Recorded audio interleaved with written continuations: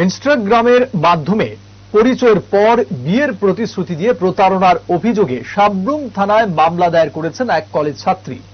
অভিযোগ, শান্তিরবাজার মহকুমার ওই ছাত্রীর সঙ্গে সাব্রুমের বেতাগা এডিসি ভিলেজের এক যুবকের সম্পর্ক গড়ে ওঠে।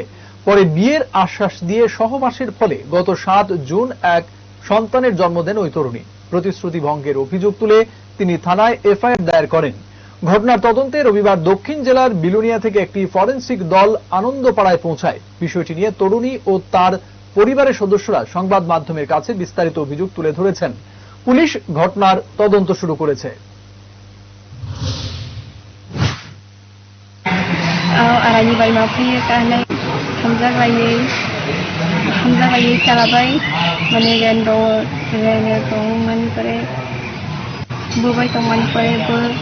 Mana dia bathana mana dia on mafia bole bini বিচার নানি ভাই। কার নামে তুমি অভিযোগ করছো? বাড়ি কোনখানে? তার বাড়ি চালতাছড়ি হরিনা। Step into a place full of new ideas and opportunities at Techno India University Tripura, where you learn, grow and build your future. A place that truly helps your dreams become a reality.